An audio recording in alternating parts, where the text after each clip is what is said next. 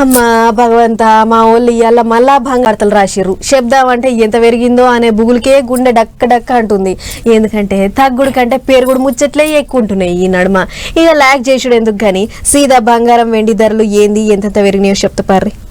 రెండొద్దులు తగ్గినట్టే అవపడ్డ వెండి ఇంకా బంగారం ధరలు మళ్ళా పెరిగి పాడైనాయి. మొన్నటి దాకా బంగారంతోని వెండి ఏడ పోటీ పడుతుంది అని అనుకున్నారు గాని ఇప్పుడు బంగారం ధరను దాటేసి మరీ ఉరుకుతుంది వెండి. అన్నట్లు కిలో మీద ఒకటే రోజుల 9,000 పెరిగిన వెండి మార్కెట్ల 2,07,000 వలుకుతుంటే సొక్కమైన బంగారం ఏమో 1,32,000, ఇంకా 22 క్యారెట్ల బంగారం ఏమో 1,20,000 దగ్గరుంది.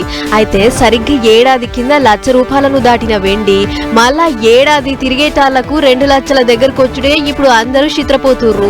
ఎందుకంటే వెండిని అట్లా వాడుతున్నారు. మరి గతంలో ఇంట్లో అక్కడికొచ్చే సొమ్ములు ఇంకా వెండి సామాన్ల తయారీలనే వాడేది గాని ఇప్పుడు ఎలక్ట్రిక్ కార్లు, సోలార్ ప్యానెళ్లు ఇంకా కరెంటు పనికి అక్కడికొచ్చే చాలా వస్తువులలో గట్టిగా వాడుతున్నారట.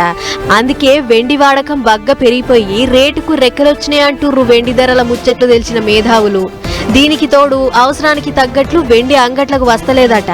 ఇట్లా సరిపోను వెండి లేకపోవుడు కొంత. అందుకే బంగారం ధరను దాటేసి వెండి మరింత పైకి ఎగబాగుతుంది అని అంటుర్రు. మొత్తానికి మొన్నటి దాకా బంగారం ఎంత పెరుగుతుందో గుటగుట అనుకున్న జనమంతా ఇప్పుడు బంగారం ముచ్చట ఈచిపెట్టి వెండి ఎంత పెరిగిందో అనే కాడికి వచ్చింది కథ.